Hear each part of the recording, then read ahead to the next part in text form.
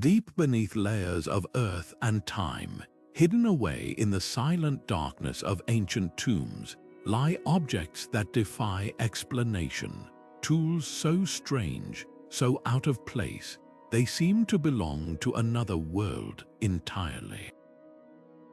Picture this: you're an archaeologist carefully brushing away centuries of dust when your fingers graze something cold and unfamiliar. As the dirt falls away, you realize you're holding something no modern eye has seen in thousands of years. A ritual tool, intricately carved, its purpose lost to history. This isn't just a relic, it's a message from the past, waiting to be decoded. Across the globe, from the depths of Egyptian catacombs to the forgotten burial mounds of Europe, 32 such artifacts have been found, each one a puzzle piece in a story we're only beginning to understand. What makes these discoveries so extraordinary isn't just their age or craftsmanship, it's the way they append everything we thought we knew about the people who left them behind. These aren't the typical offerings of food or jewelry meant to accompany the dead into the afterlife. Instead, they're enigmatic objects, blades with no signs of wear, stones etched with symbols that match no known language, containers holding substances we still can't identify. Why were these items buried with such care? What rituals did they serve? And perhaps most intriguing of all, what do they tell us about the beliefs and fears of civilizations that vanished long before recorded history? This isn't just a tale of forgotten tools, it's a window into the minds of our ancestors. Every scratch, every curve, every mysterious mark on these artifacts is a clue to a world where the line between the sacred and the everyday blurred into something we can barely comprehend today. As we explore these 32 ritual objects, we're not just uncovering history, we're rediscovering the humanity behind it. The emotions, the hopes, the mysteries that drove ancient hands to create and conceal these treasures. So let's step into the shadows together, where the whispers of the past grow loud enough to hear. The journey starts here, and what we're about to uncover might just change the way you see history forever. Burial chambers have always been more than just final resting places. They're time capsules, meticulously sealed by ancient hands to preserve not just bodies, but beliefs. When we uncover everyday items like bowls or daggers, they tell us how people lived, but these 32 ritual tools, they reveal how people thought, how they grappled with forces beyond their understanding. Take the curved bronze blade found in a Mesopotamian tomb, its edge too delicate for combat yet etched with celestial patterns, or the hollowed-out animal horns discovered in Scandinavian burial mounds, still faintly smelling of herbs we can't name. These weren't practical objects, they were bridges between worlds. What's truly startling is how these artifacts defy categorization. In Egypt's Valley of the Kings, archaeologists unearthed a palm-sized obsidian disc covered in microscopic grooves, a tool with no parallel in the archaeological record. At first glance, it might resemble a mirror, but the grooves form precise mathematical angles, suggesting it was used to measure shadows or reflect light in ways we're still trying to decipher.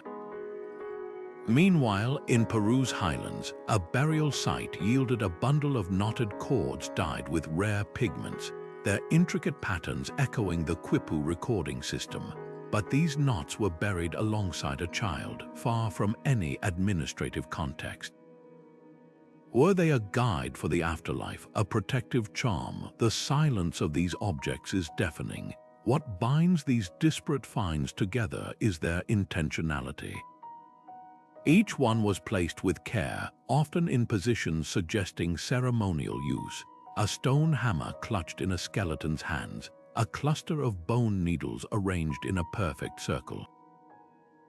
This wasn't haphazard burial, it was ritual theater, and that's where the real mystery deepens. Many of these cultures left no written records, so we're left reverse engineering their spiritual worldviews from physical clues. A polished jade rod from China's Shang Dynasty, for example, bears where patterns indicating it was rubbed repeatedly, perhaps to summon rain or heal the sick. But without oral traditions to confirm it, we're left with tantalizing possibilities. Perhaps most haunting is the realization that some of these tools might represent knowledge intentionally suppressed. When Rome conquered Gaul, they systematically dismantled Druidic practices, leaving only fragments of their rituals. Could some of these artifacts be the last physical traces of such erased traditions? The more we study them, the clearer it becomes these aren't just oddities. They're echoes of entire ways of seeing the universe, waiting for us to listen. The Serpentine blade of Mesoamerica gleams with secrets, a masterwork of jade so finely carved. Its serpentine patterns seem to slither across the surface even after centuries underground. Discovered in a royal Mayan crypt, this blade shatters expectations. Unlike battle-worn weapons, its edge shows no signs of combat. Instead, the dulled precision suggests a far more haunting purpose: ritual bloodletting, where kings pierced their own flesh to commune with gods. Imagine the scene: torchlight flickering against temple walls as a ruler grasps this very blade, drawing their own blood as an offering. The serpent motifs weren't mere decoration, they were a portal. In Mayan cosmology, serpents symbolized rebirth and the underworld, creatures capable of slithering between realms. This blade wasn't just a tool, it was a sacred key, wielded by those who stood between humanity and the divine. What's even more revealing is where it was found nestled among other puzzling artifacts: a mirror of polished obsidian, a bundle of stingray spines, and carved bones depicting deities mid-transformation. Together, they paint a picture of ceremonies where the boundaries of life, death, and the supernatural blurred. The blade's craftsmanship, its jade sourced from distant quarries, its carvings too intricate for ordinary hands, hints at its owner's status. This wasn't buried with a warrior. This belonged to someone who wielded power not through force but through ritual, yet mysteries linger. Why place such a powerful object in a tomb, sealing it away forever? Some scholars suggest these blades were killed, ritually disabled to release their spiritual energy into the afterlife. Others believe they served as guides, ensuring the deceased could navigate the underworld's trials. One thing is certain: every scratch on that jade surface tells a story of devotion, of pain willingly endured, and of a civilization so deeply intertwined with the unseen that even their tools whisper of worlds beyond our own. The true weight of this blade isn't in its jade, it's in the questions it leaves hanging in the air.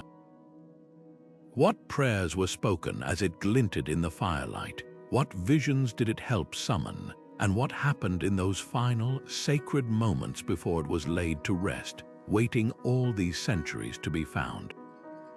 Now picture holding an object that once pressed against human lips, not in life, but in death.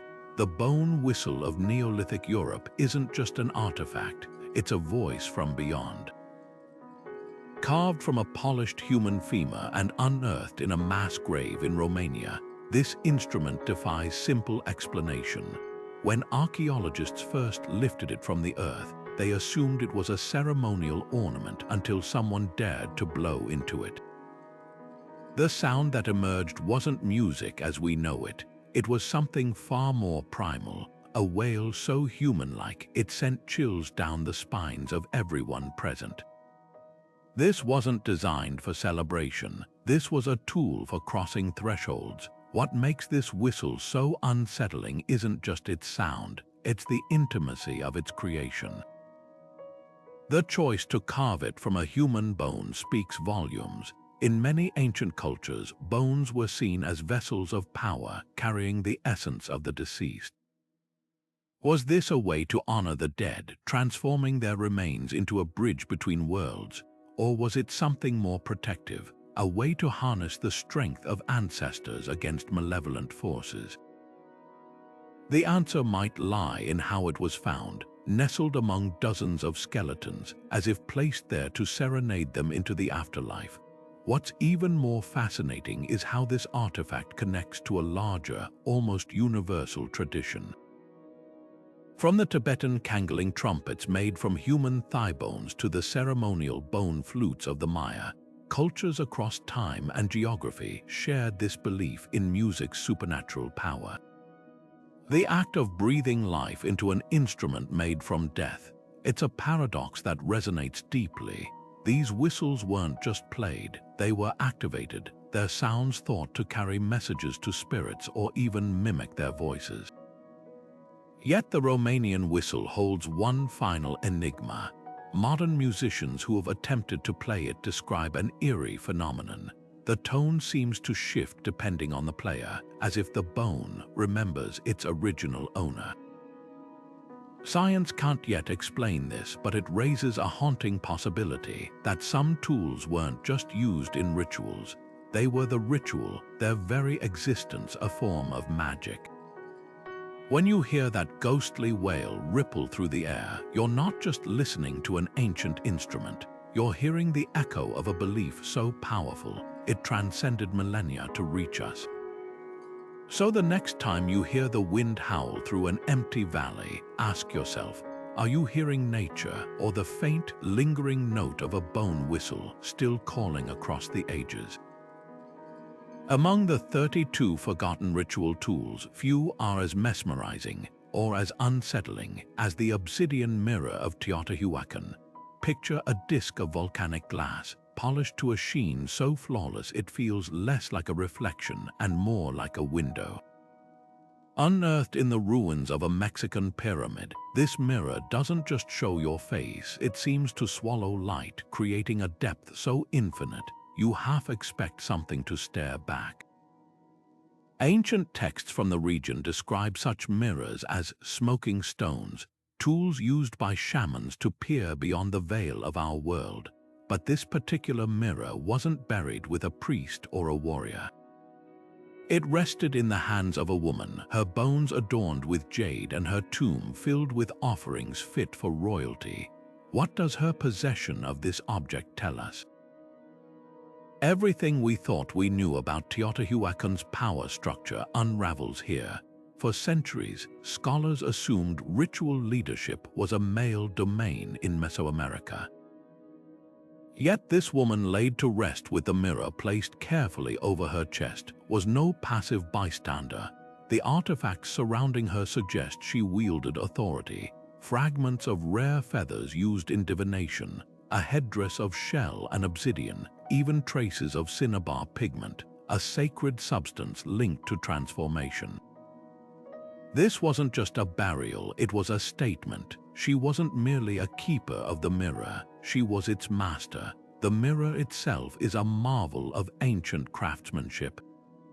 Obsidian, though beautiful, is notoriously difficult to work with. A single misstep could shatter it into useless shards. Yet this mirror's surface is so smooth, so unnervingly perfect, it rivals modern glass. How did they achieve such precision without the tools we have today? More importantly, why? The answer might lie in how it was used. Spanish chronicles recorded Aztec diviners using similar mirrors to commune with spirits, interpreting visions that flickered in the depths like smoke. Some accounts even describe mirrors as literal gateways, objects that could summon deities or reveal hidden truths. But here's the chilling detail. Modern researchers who have studied the mirror report an odd phenomenon. Under certain angles of light, the reflection distorts in ways that defy physics, as if the surface isn't entirely solid. Is this some trick of the obsidian's natural properties? Or did the artisans of Teotihuacan understand something about light and perception that we're only beginning to grasp? Perhaps the most haunting question isn't how the mirror worked, but who the woman was to wield it. Was she a queen who ruled through spiritual insight, a seer whose prophecies shaped empires, or something more enigmatic, a bridge between the living and the divine, her very existence blurring the lines between power and prophecy? The mirror offers no easy answers. It simply stares back, silent and fathomless, holding secrets we may never fully understand. One thing is certain, this wasn't just a tool. It was a testament to a civilization that saw the world differently, where reflections weren't just images but doorways, and the woman who held it, she wasn't just a figure of history. She was a keeper of realms we can scarcely imagine. Deep in the heart of a Shang Dynasty royal tomb, archaeologists uncovered an object that shouldn't have been there, a bronze bell, heavy with secrets, its surface etched with symbols that defied translation. This wasn't just any ceremonial instrument. Unlike the harmonious bells used in ancestral rites, this one emitted a jarring, dissonant tone when struck, its clapper conspicuously absent. Why would a king be buried with a bell that couldn't ring properly? The answer might lie in the shadows of ancient Chinese cosmology, where sound wasn't just music, it was a weapon, a shield, or perhaps a key. The bell's inscriptions offer the first clue. While most Shang bronzes bear dedications to ancestors or records of events, these markings resemble no known script. Some researchers suggest they're a form of ghost writing, symbols meant to be read not by the living but by spirits. This theory gains weight when you consider the bell's placement nestled at the tomb's threshold, as if guarding the passage between worlds. In Shang beliefs, the afterlife wasn't a peaceful journey. Malevolent forces lurked in the darkness, hungry to waylay the souls of the dead. A bell that rang wrong might have been intentional, its discordant chime designed to disorient and repel these entities. Imagine the logic. If spirits were drawn to harmony, then cacophony could act as a barrier. Yet another interpretation emerges from the bell's missing clapper. What if it wasn't meant to be struck by human hands at all? Some scholars propose it was a spirit trap, designed to vibrate only when touched by supernatural forces. Ancient Chinese texts describe rituals where objects were charged to detect invisible presences. A bell that rang on its own would have been a terrifying omen, proof that the unseen world was stirring. This fits with the Shang obsession with divination, where even the slightest anomaly held cosmic significance. The most haunting possibility, though, lies in the bell's connection to the king himself. Royal tombs of the era often contained objects that symbolized transition, items that died with their owner to guide them into the next world. A silent bell might represent the moment between life and death, its soundless state mirroring the king's journey into the unknown. Or perhaps it was a final message, a deliberate puzzle left for future generations to unravel. What chills the bones isn't just the bell's mystery, but the realization that its true purpose may have been known only to the king who took it to his grave. Every theory we weave around it is just that, a theory. The bell remains stubbornly silent, its secrets locked in bronze, waiting for the day when someone or something might finally make it ring true. The crystal skull of the Andes sits in your palm like a frozen whisper, too small to be ominous, too precise to be anything but intentional. Found cradled in the skeletal arms of a child buried high in the Peruvian mountains, this isn't the hulking crystal relic of adventure movies. It's something far more intimate, a thumb-sized carving of pure quartz, its features so finely detailed you can trace the curve of its cheekbones with your fingertip. At first glance, it might resemble a toy, a trinket to comfort a young soul on their journey. But the glyphs spiraling across its base tell a different story, one written in a language we've yet to decipher.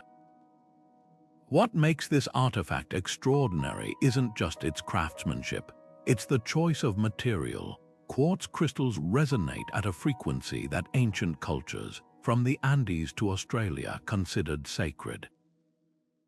The Inca called them tears of the sun, believing they could amplify prayers or even trap spirits. Was this skull carved to capture the child's essence, preserving their presence for grieving parents? Or was it a vessel meant to carry messages to ancestors, its crystal lattice acting as a spiritual telephone line? The burial site offers tantalizing clues. Nestled beside the skull were tiny gold figurines of llamas, animals symbolic of safe passage, and a bundle of coca leaves, still faintly aromatic after centuries. This wasn't a haphazard farewell. It was a carefully staged ritual, every element chosen to guide or protect. Then there's the skull's most haunting feature, its hollow interior. Modern scans reveal a labyrinth of microscopic channels drilled with impossible precision, some no wider than a human hair. Were these meant to mimic the pathways of the brain, creating a literal map of consciousness? Or did they serve a practical purpose, perhaps to hold liquids or powders used in ceremonies? The answer might lie in those enigmatic glyphs. Unlike traditional Andean symbols, these markings spiral inward like a maze, suggesting they weren't meant to be read but followed. Some researchers theorize they depict a soul's journey through the afterlife, each turn representing a challenge or blessing. Local Quechua elders, when shown the skull, recognized it immediately. Their oral traditions speak of ayahuasca, a soul stones given to children who died too young to navigate the spirit world alone. The crystal, they say, would light their way, its glow visible only to the dead. Science can't confirm such claims, but here's what we do know. When exposed to moonlight, the skull refracts beams into perfect geometric patterns on surrounding surfaces, patterns that match ancient star maps found in nearby temples. Coincidence, perhaps, but in archaeology, coincidences are often the first clues to deeper truths. So was this skull a grieving mother's solace or a shaman's tool?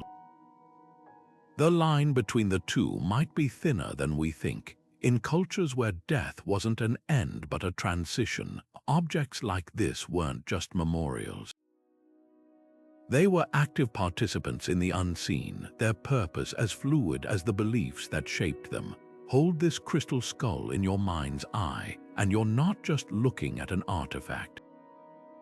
You're witnessing love and mysticism fused into a single, enduring act, one that refuses to be buried by time.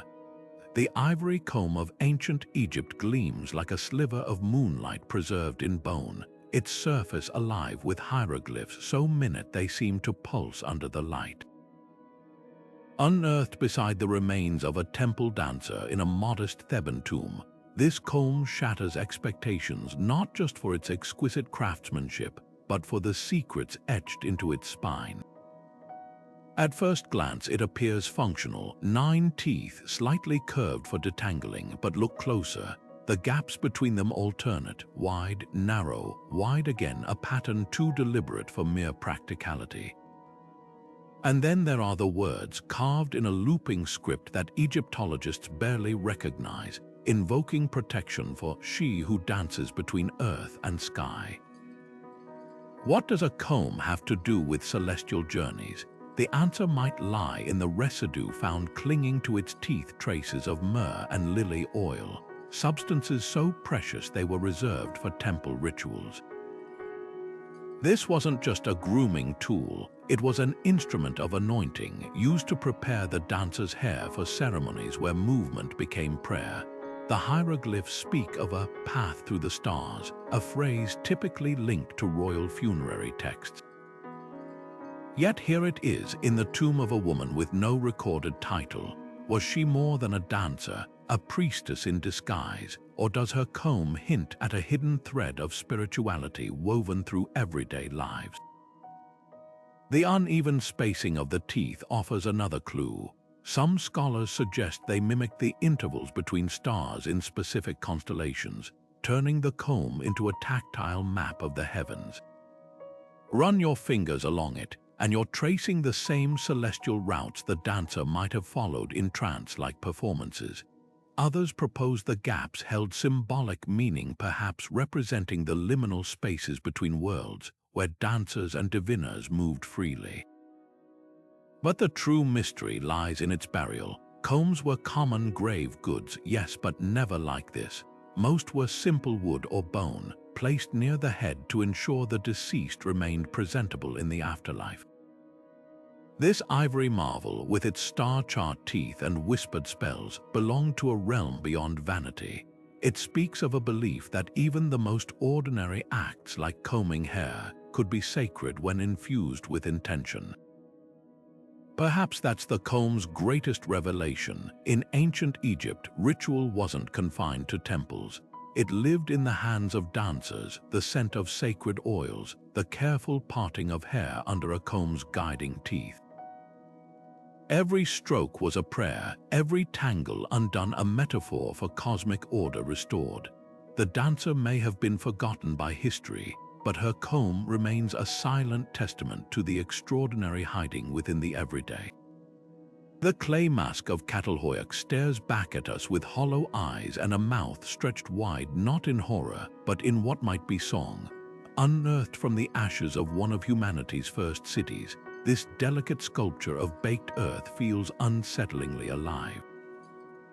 Pressed against a skull in burial, its contours mold perfectly to human bone, yet its features are anything but natural. Nostrils flared like a bull's, lips parted mid-chant, cheekbones sharp enough to cut shadows. This isn't a portrait, it's a metamorphosis frozen in clay. What rituals demanded such transformation? Kattelhoek's people left no written records, but the mask's context whispers clues. Found beneath a home's floor, a space typically reserved for ancestral veneration, it was buried with ochre-stained hands and the bones of a vulture, a bird long associated with cleansing the dead. The mask's interior bears faint fingerprints, some small enough to belong to a child, suggesting it was handled by multiple generations before final interment. This wasn't a static artifact. It was a living tradition passed down until the moment it was needed to bridge realms. The mask's exaggerated features ignite debate. Some scholars argue they represent emotions too powerful for human faces: ecstasy, grief, or the moment when a mourner's voice merges with the departed spirit.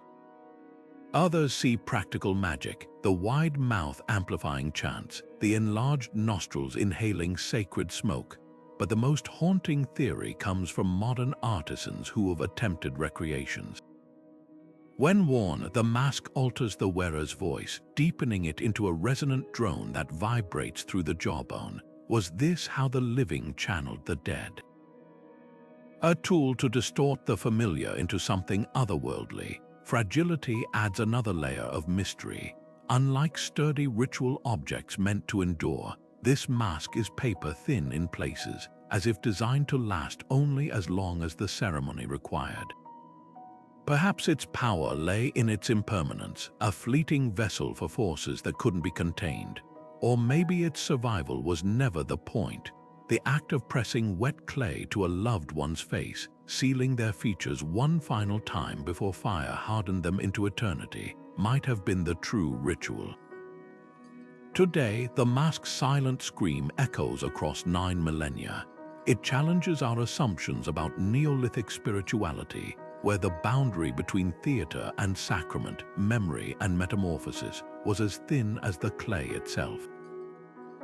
Hold this artifact in your mind, and you're not just looking at a relic, you're witnessing humanity's earliest attempts to sculpt the unseen, to give form to the formless, and in doing so, touch what lies beyond. The gold foil tongue of Mycenae glimmers with an otherworldly fragility, so thin, so delicate, it seems less like an object and more like a breath captured in metal. Slip it between your fingers and it bends like living tissue, whispering against your skin with the weight of millennia. Found pressed into the jaw of a warrior buried in full armor, this golden sliver wasn't just decoration. It was a bridge between worlds, a final utterance forged not for the living but for the dead. ancient Greek texts speak of such tongues with reverence. They called them psychopomps, guides for the soul, ensuring the deceased could plead their case before the judges of the underworld. Without one, a spirit might wander mute and lost, unable to defend their deeds in life. But this particular tongue holds a secret that chills the blood. Its surface is etched with symbols unlike anything in Linear B, the earliest known Greek script. Instead, the markings spiral like vines, their meaning locked away by time. Were they a prayer to Hades, a charm to sway divine judgment, or something darker, a spell to bind the warrior's voice, ensuring secrets died with him?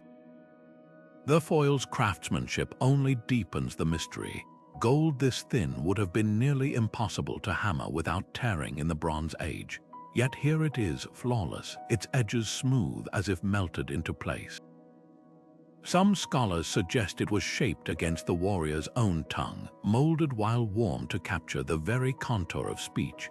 Imagine the intimacy of that moment, a loved one pressing gold to lifeless lips, sealing words that would never be spoken aloud. But the most haunting detail lies in its placement. Unlike other grave goods which were arranged around the body, this tongue was found curled inward, as if the warrior had clenched it between his teeth in his final moments. Was it a gesture of defiance, a last desperate attempt to communicate, or perhaps a warning left by those who buried him that some truths are too dangerous to carry beyond the grave? Modern linguists have tried for decades to crack the foil's cryptic script, comparing it to everything from Minoan trade records to forgotten oracle texts. But the symbols resist translation, their loops and slashes forming no known alphabet.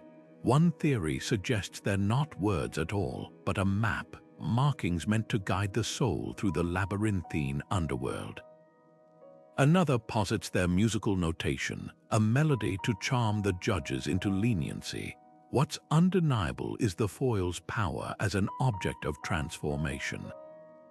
In life, the warrior's voice commanded armies. In death, it was replaced by this shimmering cipher, its message now as silent as the tomb that held it. The gold still gleams, but its secrets are swallowed by the very silence it was meant to conquer. And so we're left with a paradox, an artifact designed to give voice to the dead, now rendered mute by the passage of time.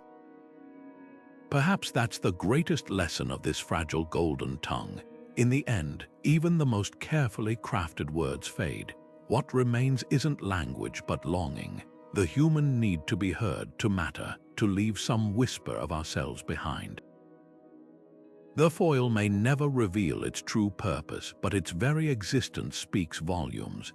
It tells us that 3,000 years ago, someone cared enough to gild a final plea, a final prayer, a final secret. And that, in itself, is a story worth listening to. The Flint dagger of Scandinavia rests in your palm like a paradox, beautifully lethal yet too fragile to ever draw blood. Its blade, chipped from stone with impossible precision, curves like a cresting wave, each ripple painstakingly etched by hands that understood the sea's restless soul. Buried alongside a Viking chieftain in his ship, this dagger wasn't meant for battle. Strike it against armor and it would shatter, yet its presence in the grave is anything but accidental. This was a weapon of another kind, its true edge hidden in symbols we're only beginning to decipher. Turn the dagger in the light, and the waves carved into its surface seem to move, an optical illusion so clever it feels like magic. Were these markings mere decoration or something far more purposeful? The runes along its hilt offer a clue, an invocation to Njord, the Norse god who calmed storms and guided ships. But the grammar is strange, the words twisted as if written in code. Some scholars suggest it's a corrupted prayer, mangled intentionally to hide its power from unworthy eyes. Others believe it's a nautical cipher, a set of sailing directions for the afterlife's treacherous waters. Imagine the scene, a chieftain laid to rest in his ship, this dagger clasped in his hands, its waves and runes serving as both chart and compass for his final voyage. Then there's the flint itself, a material that defies logic in this context. Vikings mastered metalworking, their swords were legendary. Why bury a leader with a stone dagger? The answer might lie in the North Sea's brutal whims. Flint, though brittle, holds a spark. When struck against steel, it creates fire, a vital skill for sailors braving icy waters. Perhaps this dagger was less a weapon and more a talisman, its presence ensuring the chieftain could kindle flames even in the underworld's darkness. Or consider this: flint fractures in predictable ways, splitting along plains that mirror the geometry of ice. To a culture that read omens in nature, the dagger's very material might have been a message from the gods themselves. But the most haunting detail is the blade's placement in the grave. It wasn't sheathed at the hip like a warrior's tool. It lay across the chieftain's throat, its wave-carved edge pointing toward the ship's prow, as if in death he'd become both captain and cargo, sailing into myth. Local folklore whispers of dream daggers, objects that could cut through the veil between worlds. Was this flint blade such a key, a tool to part the mists of Helheim itself? The runes refuse to give up their secrets, their garbled syntax a riddle wrapped in a mystery. Yet the dagger's waves endure, frozen in stone but alive with motion. They ripple outward, carrying with them the echoes of a belief system where death wasn't an end, but a journey, one navigated by stars, steel, and the silent guidance of a blade that never drew blood, but might have opened doors we can't even name. Hold this artifact, and you're not just holding a relic, you're holding the sea, the sky, and the unshakable Viking certainty that even in darkness, there are always waves to follow. The Jade Kong of Lyingju feels less like an artifact and more like a riddle carved in stone, smooth, enigmatic, and pulsing with silent questions. Picture a hollow tube of jade, its corners sharp enough to cut time, each face etched with patterns so precise they seem to vibrate under your fingertips. These aren't mere decorations, they're spirit faces staring out from the stone with eyes wide and mouths agape, as if frozen mid-chant. Found stacked like sacred building blocks in the tombs of Lyingju elites, these relics defy every practical explanation. They're too heavy to wear, too fragile to use, and their intricate channels suggest a purpose far beyond ornamentation. What secrets do these jade tubes hold? The answer might lie in their fractures. Nearly every Kong discovered was deliberately broken before burial, not by careless hands, but with ritual precision. The cracks are clean, intentional, often following the geometric lines of the carvings. Some scholars believe this was a form of ritual killing, a way to release the Kong's spiritual energy into the afterlife. Others argue the breaks were symbolic, representing the shattering of barriers between worlds. Imagine the scene, mourners carefully snapping the jade, then arranging the pieces around the body like a puzzle only the gods could solve. The craftsmanship alone is staggering. Without metal tools, Lyingju artisans carved these Kong from nephrite jade, one of the hardest stones on earth, grinding them into shape with sand and patience. The precision of their angles suggests an obsession with symmetry so profound, it borders on sacred geometry. Some Kong align perfectly with celestial events. Placed in sunlight, their carvings cast shadows that mimic star patterns visible only during solstices. Were they ancient calendars, cosmic antennae designed to channel energy from the heavens? The faces etched into their surfaces offer no easy answers. Their expressions vary, some serene, some snarling, as if each Kong captured a different aspect of the spirit world. Perhaps most haunting is their silence. Unlike bells or whistles, the Kong emit no sound. Their power was visual, tactile, meant to be felt rather than heard. Run your fingers along their grooves, and you're tracing the same paths that ancient hands followed in prayer. The Lyingju left no written records, so we're left deciphering their beliefs through these jade puzzles. Were the Kong maps of the underworld, keys to unlock divine favor? Or vessels meant to trap restless spirits, their broken pieces ensuring nothing escaped? One thing is certain, these weren't objects meant for the living. Their weight, their fragility, their deliberate destruction, everything about them whispers of a culture that saw death not as an end, but as a transformation.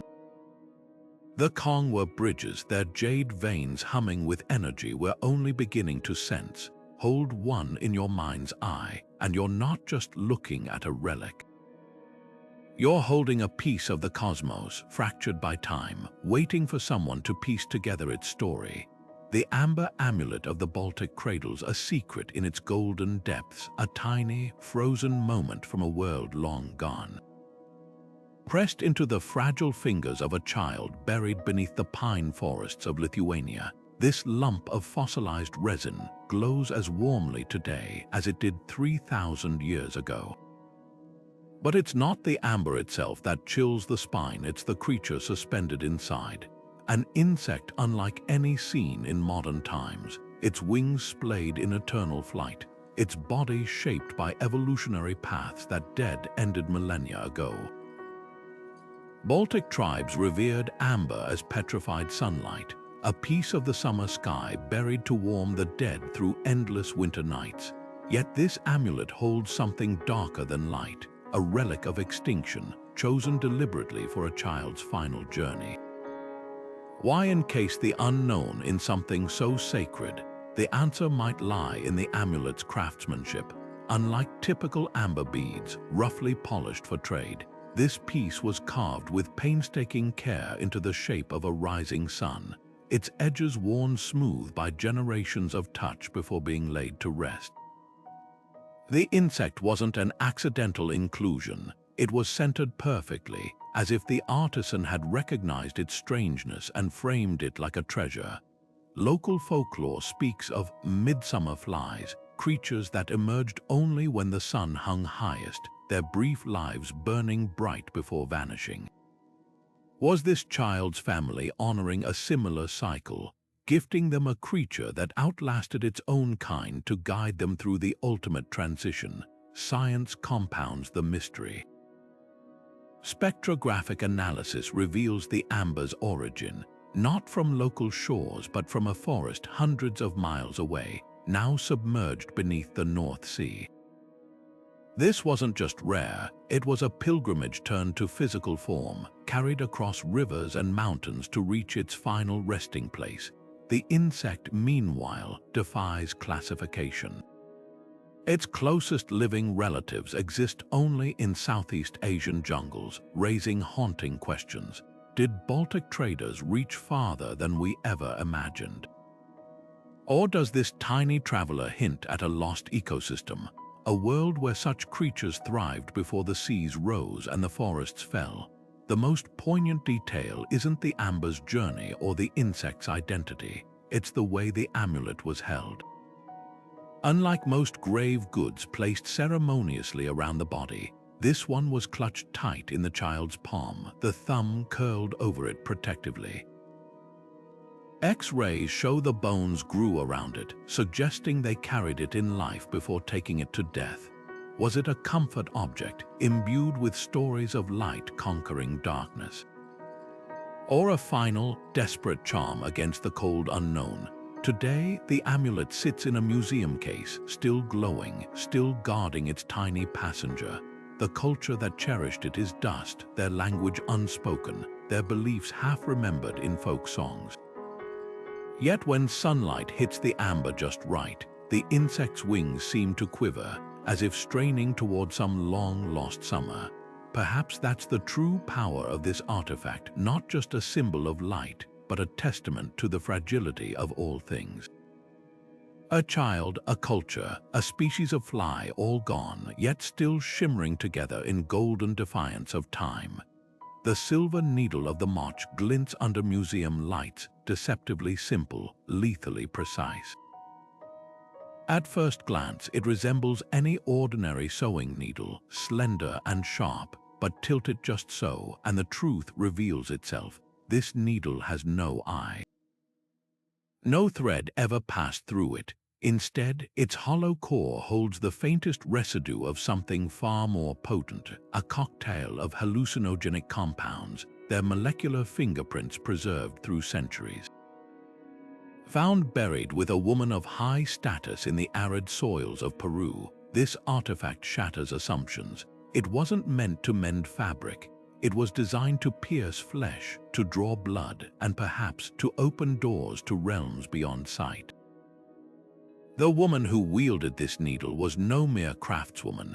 Her tomb tells a story of power, headdress fragments of gilded copper, ceramics depicting ritual scenes, and the bones of a young llama, a sacrifice meant to accompany her. But it's the needle that whispers her true role. Much priestesses were known as sacerdotisas, women who bridged the earthly and the divine. Spanish chronicles later described their ceremonies, dances under the moon, potions brewed from sacred plants, and rituals where blood was the ultimate offering. The needle's hollow shaft suggests a method even more direct, a way to deliver visions straight into the bloodstream, bypassing the stomach's uncertainties. One prick and the spirit world came rushing in. What's truly staggering is the needle's engineering. Microscopic analysis shows its tip was honed to a near-surgical sharpness, the hollow channel drilled with precision that rivals modern hypodermics. How did the Moch achieve such finesse without magnifying tools? And why invest such skill in an object meant for ritual rather than medicine? The answer might lie in the residue itself, a blend of vilca seeds and ayahuasca vine, substances still used by Amazonian shamans today. These weren't random ingredients, they were a carefully calibrated key to altered states. The needle's design ensured the dosage was exact, the experience controlled. This wasn't mere intoxication, it was a science of the sacred, yet the visions it induced remain maddeningly out of reach. Moch ceramics depict figures with streaming eyes, their faces contorted in ecstasy or terror. Were these portraits of needle-bearers mid-trance? Some scholars believe the priestesses used these states to diagnose illness, their hallucinations revealing imbalances invisible to the naked eye. Others argue the needle was a tool of prophecy, its prick drawing forth futures that shaped empires. The truth may be darker. Conquest shattered Moch traditions, erasing the knowledge of how and why this needle was wielded. All we have left are the chemical ghosts in its hollow heart, and the unsettling certainty that those who used it saw things we'll never comprehend. The needle's final mystery lies in its silence. Unlike ceremonial knives or gilded masks, it leaves no grand mark on history. It's small, easily overlooked, yet in that simplicity lies its power. This wasn't an object meant for display. It was a private key, a secret between flesh and spirit. When the priestess pressed it to skin, she wasn't just performing a ritual. She was stepping into a current of knowledge so potent, so perilous, it had to be buried with her. Today, the needle rests behind glass, its sharpness dulled by time. But stare too long and you might feel it, not just a tool, but a question. What worlds flickered into being under its point, and what price did the seers pay to glimpse them? The stone disk of Malta spins into history with a mesmerizing whisper, a perfect circle of rock, its surface carved with spirals so hypnotic they seem to pull your gaze into their depths. Unearthed from the island's labyrinthine hypogeum, a subterranean temple older than the pyramids, this disk defies categorization. Too heavy to be jewelry, too precise to be a mere weight, its edges are worn smooth by something far more intentional than time. Run your fingers along its grooves, and you'll feel the ghost of motion, centuries of spinning imprinted into the stone. What kind of ritual demanded such an object? The disk's weight distribution holds the first clue. Crafted from dense Globigerina limestone, it's perfectly balanced to rotate on a central axis with minimal effort. Spin it, and the spirals blur into a single, undulating line, a visual trick known to induce trance states in cultures worldwide. But the Maltese temples take this further. Carved reliefs on nearby megaliths depict identical discs emitting jagged rays, as if capturing the moment when stone transcended its solid form. Were these symbols of divine light? Or something more unsettling, a depiction of energy harnessed, of boundaries between worlds briefly torn? The disc's context deepens the mystery. Found in a chamber lined with oracle holes, small niches where voices echoed unnaturally, it shares space with statues of corpulent figures, their curved limbs mirroring the disc's spirals. Some researchers believe these figures represent ancestors or deities, their forms echoing the cycles of life and death. Spin the disc before them, and the spirals align with the statue's postures, creating a kinetic ritual where movement became prayer. Then there's the sound. When the disc rotates at a certain speed, its edges produce a low, resonant hum, a frequency that matches the natural vibration of the hypogeum's deepest chambers. Was this accidental acoustics or deliberate design? Modern experiments show this tone can alter brainwave patterns, nudging consciousness toward dreamlike states. Combine that with the flickering torchlight of the temples, the spirals whirling into infinity, and you have a recipe for transcendence. But the most haunting question isn't how the disc worked, it's why. Malta's megalithic builders left no written records, only these silent stones. The disc's spirals mirror patterns found across Neolithic Europe, in Irish passage graves on Breton standing stones, even etched into the cliffs of Orkney. Was this a shared spiritual language lost to time, or evidence of something more profound, a universal human response to the hypnotic dance of line and motion? Today, the disc sits motionless in a museum case, its spirals frozen mid-turn. Yet stare long enough, and you might feel the pull of those grooves, the whisper of a ceremony where stone spun like the cosmos, and for a fleeting moment, the veil between worlds grew thin. The megaliths won't speak, but the disc's silent rotation still echoes across 7,000 years, a riddle carved in stone, waiting for the right hands to set it spinning once more.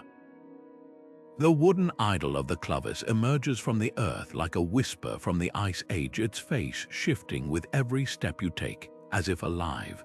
Carved from a single oak log over 13,000 years ago, this haunting figure was found cradled in a pit of mammoth bones, its surface worn smooth by time yet still pulsing with intention. Look straight on and its expression seems serene, almost benevolent. Move left and the grooves catch the light differently. Now the mouth twists downward, the eyes narrow into something mournful. How did artists working with stone tools achieve such a trick of perception? And more importantly, why? This isn't just a relic, it's a mirror held up to one of humanity's oldest dilemmas. The mammoth bones surrounding it tell one story, a tale of survival, of hunters bringing down giants to feed their families. But the idol's dual faces suggest a deeper conflict. Was it a talisman to ensure a successful hunt, its shifting gaze reflecting the fleeting boundary between life and death, or a silent witness to the cost of such victories, its sorrowful side a reminder of the lives taken, human and animal alike? Without written records, we're left reading meaning into the grain of the wood, tracing stories along its walls and knots. The craftsmanship alone defies belief. Oak is stubborn material, resistant to carving even with modern tools. Yet here it is, shaped with such precision that the idol's mood changes based on the viewer's angle, a technique modern sculptors call anamorphosis. but one we never imagined could date back to the Paleolithic. The deeper you study it, the clearer it becomes. This wasn't just functional art. It was a psychological masterpiece designed to unsettle, to provoke, to make the hunter confront the weight of their actions. Perhaps most haunting is where it was found, not in a settlement, not in a grave, but in a bone pit, as if placed there to stand vigil over the remains. Some archaeologists believe it represents a keeper of the kill, a spirit tasked with guiding the mammoth souls to whatever lay beyond. Others see it as a reckoning, a physical manifestation of the guilt or gratitude these early humans felt toward the creatures that sustained them. The idol's shifting face might then be the ultimate expression of ambivalence, a single object capturing both the triumph and the tragedy of the hunt. Today, the idol stands in a climate-controlled case, its oak darkened by millennia, its secrets locked tight. But stand before it long enough, and you'll feel it, the weight of 13,000 years of unspoken questions. In its dual expressions, we see our own conflicted relationship with the natural world, the balance between survival and reverence. The Clovis people may be silent, but their wooden sentinel still speaks, its voice carried not in words, but in the way the light dances across its ever-changing face. The lapis lazuli tablet of Sumer glows with an unearthly blue, its surface etched with numbers so vast they border on the divine. Unearthed from the dusty grave of a scribe in ancient Ur, this slab of precious stone lists offerings fit for a god's banquet: thousands of bulls, mountains of grain, rivers of beer flowing into the underworld. At first glance, it reads like an accountant's ledger gone mad, but press your fingers against its cool surface and you'll feel the truth humming beneath. These weren't records. They were incantations, each cuneiform wedge a hammer strike against the gates of death itself. What kind of mind conceived such numbers? The tablet's lapis lazuli offers the first clue. Mined from distant Afghanistan, this stone was rarer than gold in Mesopotamia, reserved for temples and the tombs of kings. Yet here it is, cradled in the hands of a mere scribe. The veins running through the stone mirror the Euphrates' ancient courses, as if the river itself had been frozen into mineral form. Was this intentional, a way to tether the offerings to the lifeblood of Sumer, ensuring their delivery to the gods below, or something more sinister, attempt to drown the underworld in excess, to bribe or overwhelm its rulers with sheer volume? The quantities defy logic: 5,000 bulls, enough beer to fill a city's canals. No empire, no matter how wealthy, could have amassed such riches. This wasn't inventory, it was algebra of the soul, numbers inflated to cosmic proportions to bend reality. Some scholars argue the tablet encodes a sacred mathematical formula, where multiples of 60, the base of Sumerian numerology, unlock spiritual thresholds. Others hear the desperation in its carvings, a scribe, keeper of cold facts in life, trying to outwit death with the only weapon he had: exaggeration so grand it might just become true. Then there's the handwriting. The cuneiform digs deep, uneven in places, as if carved in haste or ecstasy. Under ultraviolet light, faint traces of ochre appear: fingerprints smeared into the stone, perhaps from hands trembling with fever or revelation. Most bureaucratic tablets were baked clay, utilitarian and disposable. This one was meant to endure, its lapis lazuli chosen precisely because it wouldn't crumble like mortal earth. The tablet's final riddle lies in its silence. Unlike royal tombs stacked with physical offerings, this scribe took nothing tangible to the grave, just words. Just numbers, just the audacious hope that language alone could cheat the darkness. Today, the tablet's blue glow still pulses in museum light, its figures towering over us like a bridge between the pragmatic and the divine. It whispers that in ancient Sumer, even accountants dreamed in the infinite. and that sometimes, against all reason, the right words might just be enough to flood the underworld with sunlight. The iron ring of the Etruscans clings to history like a riddle wrapped in starlight, a circle of meteoric metal, cold and dense, its surface etched with a labyrinth so tiny you'd need a needle to trace its paths. Found curled around the thumb bone of an Etruscan noble, this ring whispers of a belief system where death wasn't an end, but a journey through a cosmos mirrored in miniature. The maze carved into its face isn't just decoration. It's a perfect replica of the underworld's twisting passages, as described in Etruscan funerary texts.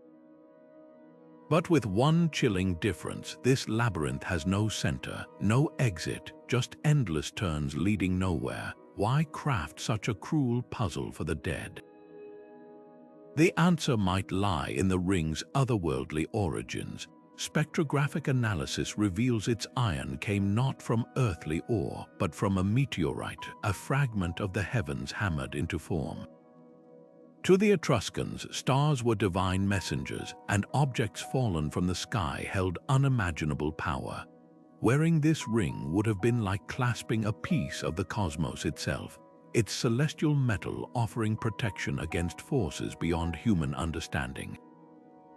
But that protection came with a price. The labyrinth's design suggests it wasn't meant to guide the wearer, but to ensnare. Picture the scene: a noble laid to rest, this ring gleaming on their hand as torches flicker against tomb walls painted with scenes of the afterlife. Etruscan burial chambers were often designed as literal underworlds, their corridors mirroring the twists and turns of the soul's journey. But while those tombs had exits paths to rebirth or paradise, this ring's maze was a closed loop. Some scholars believe it acted as a test, forcing the deceased to prove their worth by solving an unsolvable puzzle. Others argue it was a trap, its star-forged metal luring malevolent spirits into an eternal prison. The ring's craftsmanship only deepens the mystery. The labyrinth's channels are barely wider than a hair, yet each turn is razor-sharp, as if carved by tools too precise for the Iron Age. How was such detail achieved, and why invest such skill in an object meant to be buried forever?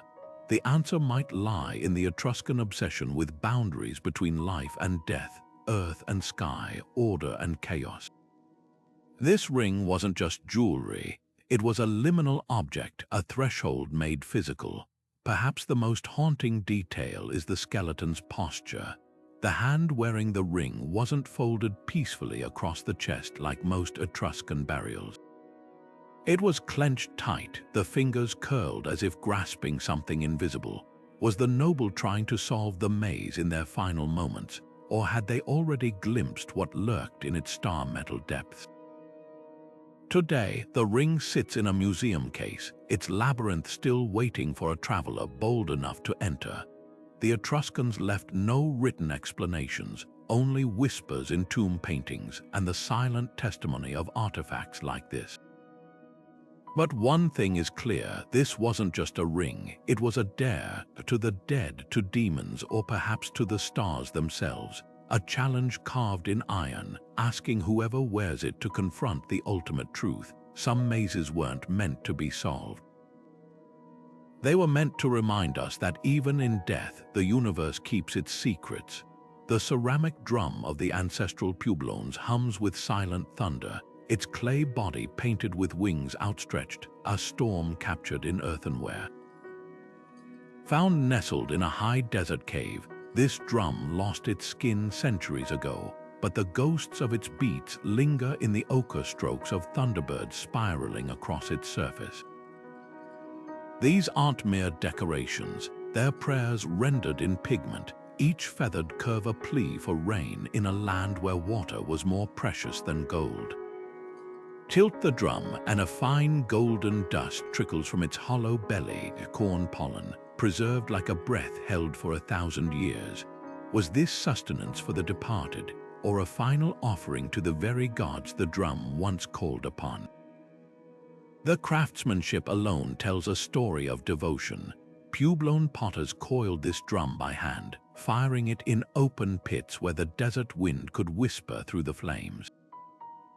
The thunderbird's wings align perfectly with the drum's curvature, so that when struck, their bodies would have seemed to ripple with each vibration.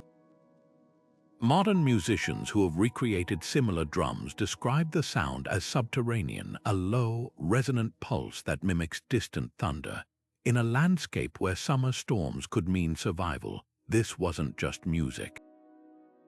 It was mimicry with a purpose, a way to tempt the clouds closer through sonic alchemy. Then there's the pollen, found packed deep inside the drum. It wasn't scattered haphazardly.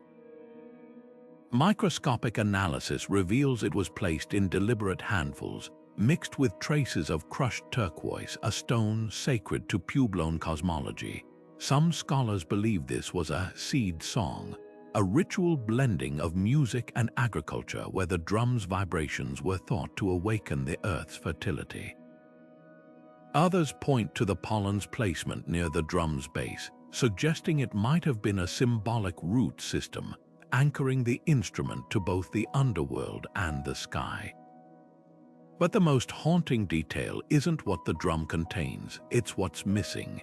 Unlike other ceremonial objects buried with the dead, this drum shows no signs of wear.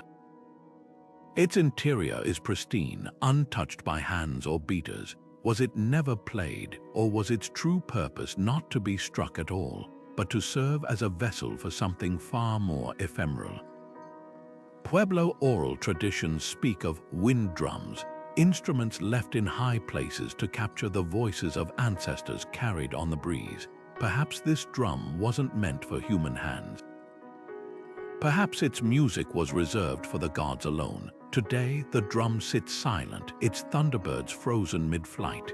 Yet hold it to your ear in the quiet of a museum vault, and you might swear you hear something, not a sound, but the memory of one. The sigh of corn stalks bending under monsoon rains, the whisper of bare feet dancing on dry earth, the echo of a rhythm so old it pulses not in the clay but in the land itself. The drum's voice is dust now, but the song it carried, that might just be written in the roots of the desert, waiting for the right storm to call it forth again. The glass beads of Nubia catch the light like frozen fire, each one a tiny universe of color trapped in silica. Draped over the mummified remains of a Nubian queen, this beaded net shimmered with hues no earthly palette could replicate: violet deeper than amethyst, gold that glowed like molten sunlight, blues that shifted like the Nile at dusk. For centuries, they were dismissed as mere ornamentation, the work of artisans with skills lost to time. Then science revealed their true secret: these beads weren't just glass. They were laced with meteoritic iron, microscopic veins of cosmic metal woven into their very structure. Suddenly, a queen's burial shroud became a message written in stardust. Who crafted such impossible treasures? The bead's chemistry points to a technique far ahead of its era. Normally, glass this vivid requires metal oxides, cobalt for blue, manganese for purple, but these colors arise from no known mineral source. Instead, the beads contain alloys found only in iron meteorites, metals that wouldn't be smelted on Earth for another millennium. Some scholars argue this proves accidental contamination, that sand fused with fallen star metal in the kiln by chance. But the bead's uniformity tells a different story. Each one shares the same precise ratio of extraterrestrial elements, suggesting a recipe, not happenstance. Were Nubian alchemists deliberately harvesting shooting stars, grinding them into powder to create pigments worthy of the gods? The queen's identity deepens the mystery.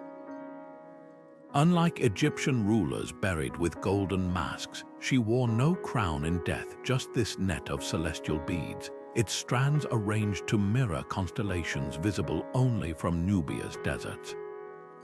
Was she an astronomer queen, her burial a star map frozen in glass, or something more enigmatic? Ancient Nubian texts speak of skywalkers, priestesses who communed with celestial spirits.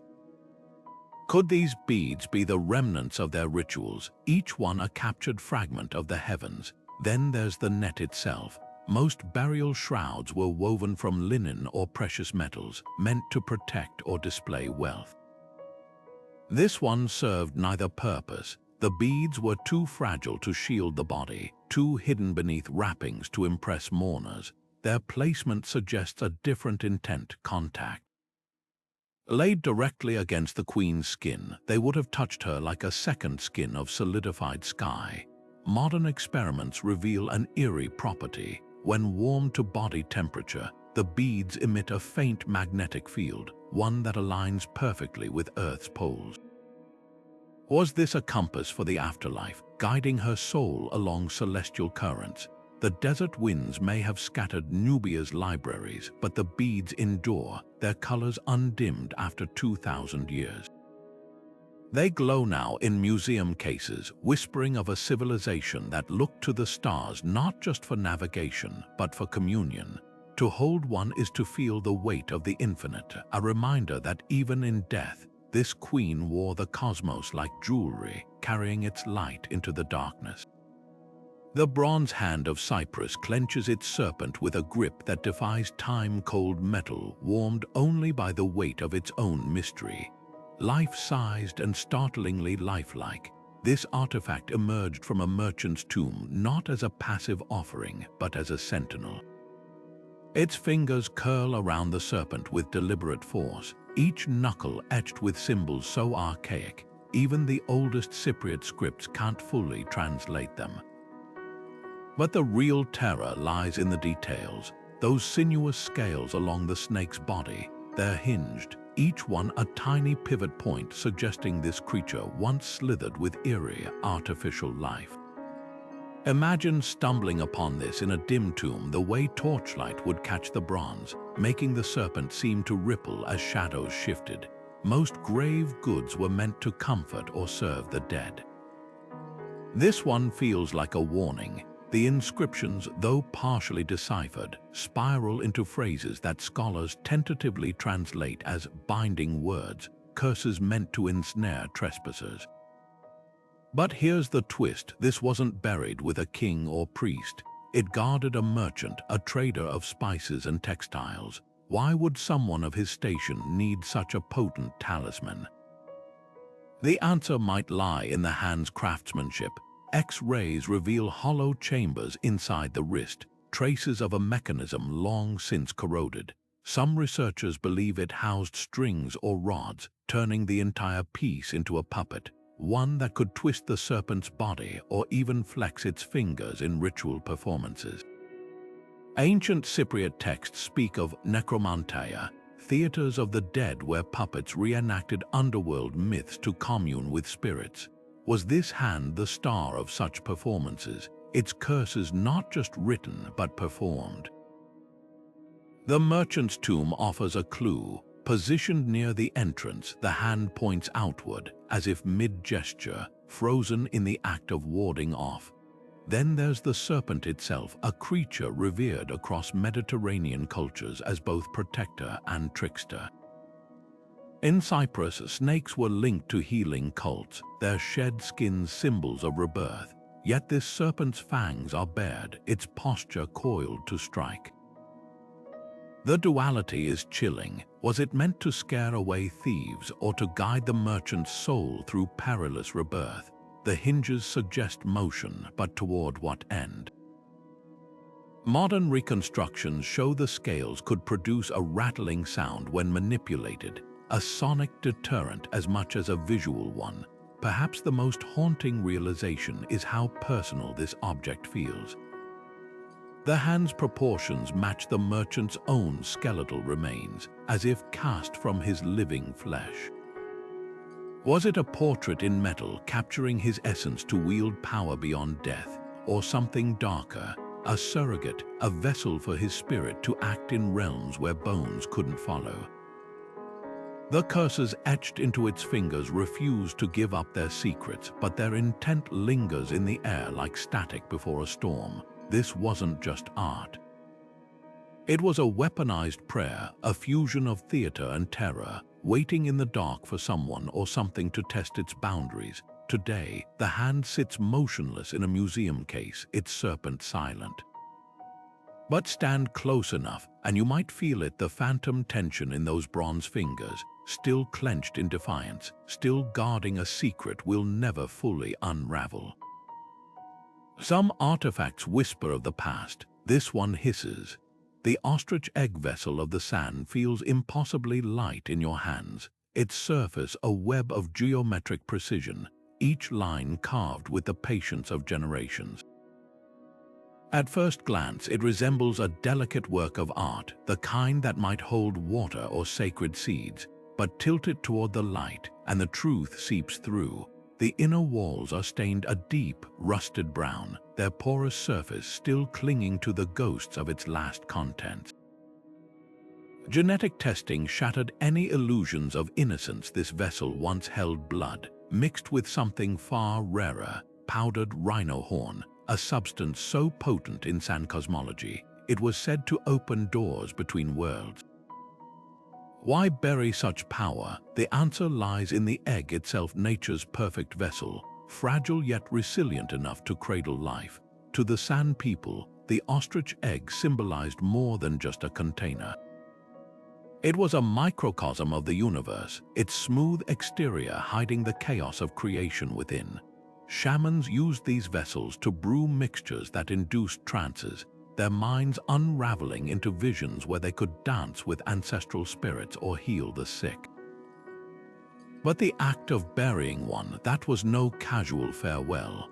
It was a ritual detonation, a way to release the vessel's accumulated energy back into the earth like lightning striking sand. The residue tells a story of extremes. Rhino horn ground to dust was no mere ingredient, it was a catalyst, believed to amplify the blood's spiritual charge. Modern chemists have identified traces of alkaloids in similar samples, compounds that could induce hallucinations or heighten suggestibility. But this wasn't recreational intoxication. The blood, often the shaman's own, was the medium, the horn the key. Together, they transformed the egg into a living battery, its contents vibrating with the echoes of countless ceremonies. What chills the spine isn't just the mixture's potency, but the vessel's fate. Unlike sturdy clay pots or stone bowls, the egg was designed to decompose. Its fragility was the point. Burying it ensured the energies it held wouldn't linger, poisoning the living.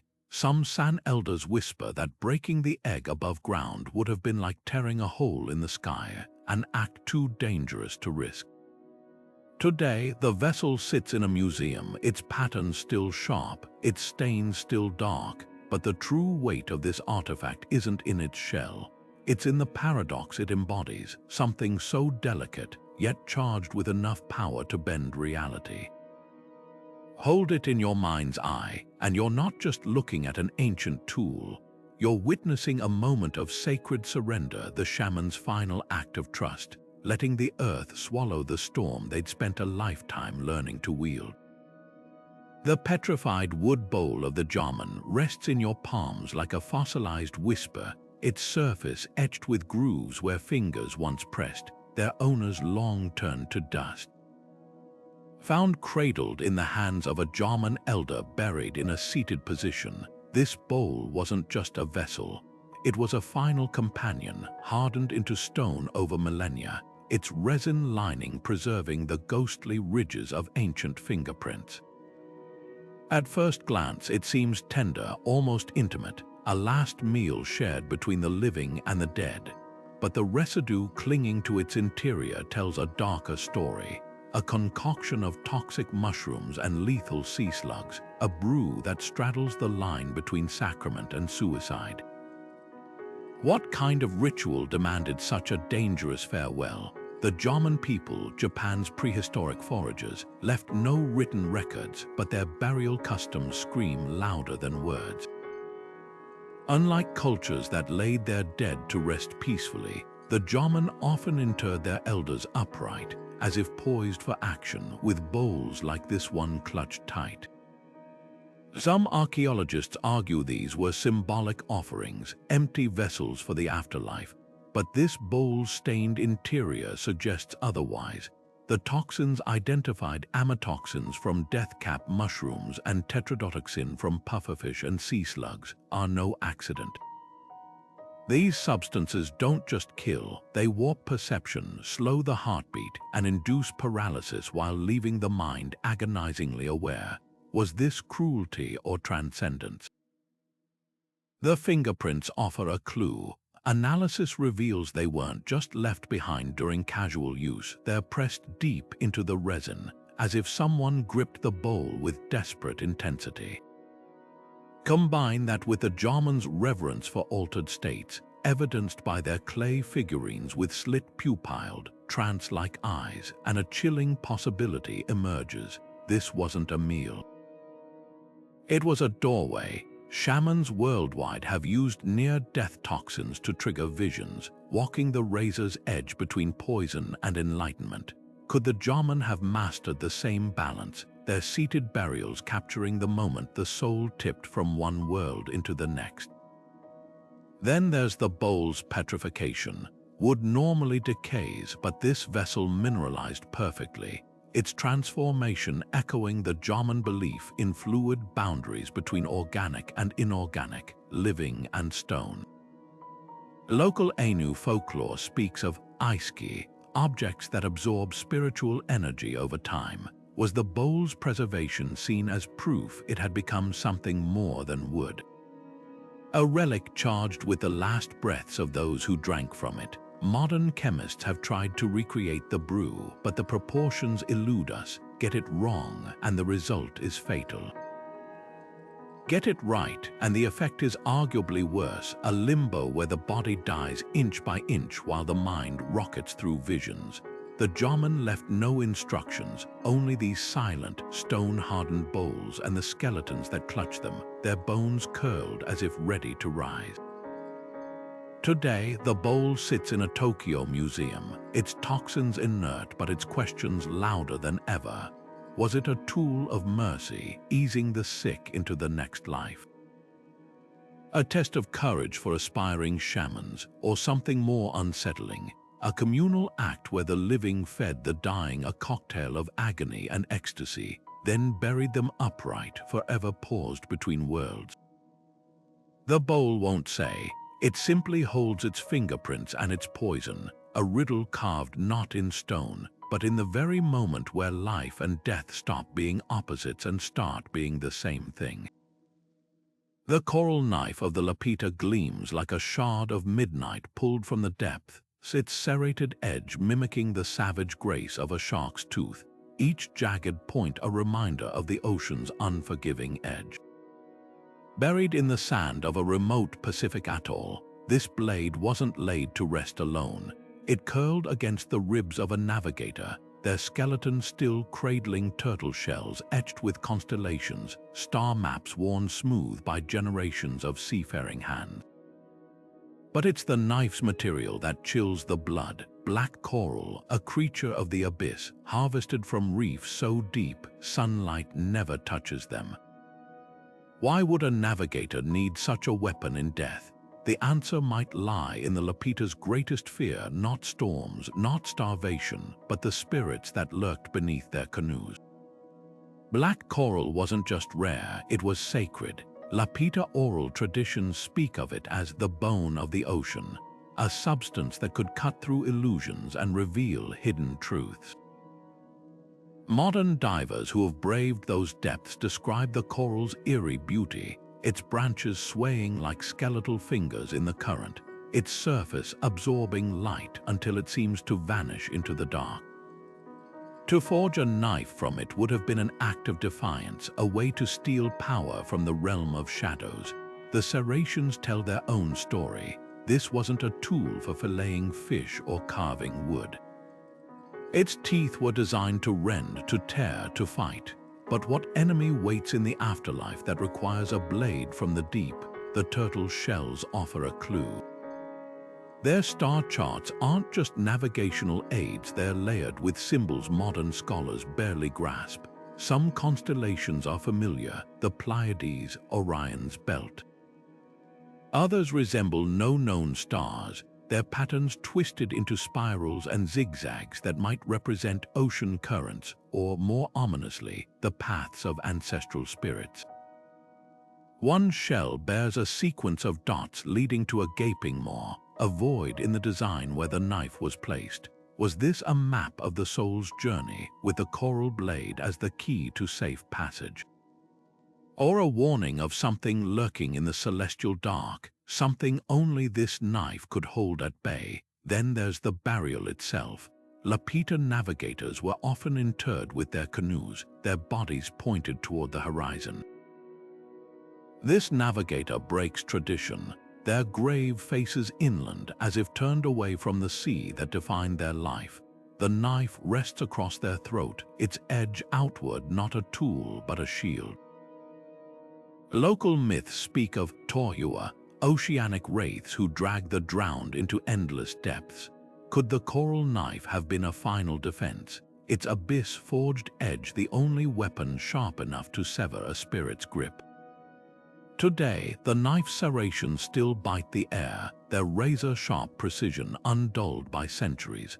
Hold it, and you'll feel the weight of the ocean in its curves, the desperation in its craftsmanship. This wasn't just a burial offering, it was a plea, a bargain struck with the unseen. The navigator's star charts promised direction. The coral knife promised something darker, that if the spirits came, they wouldn't take their prize without a fight.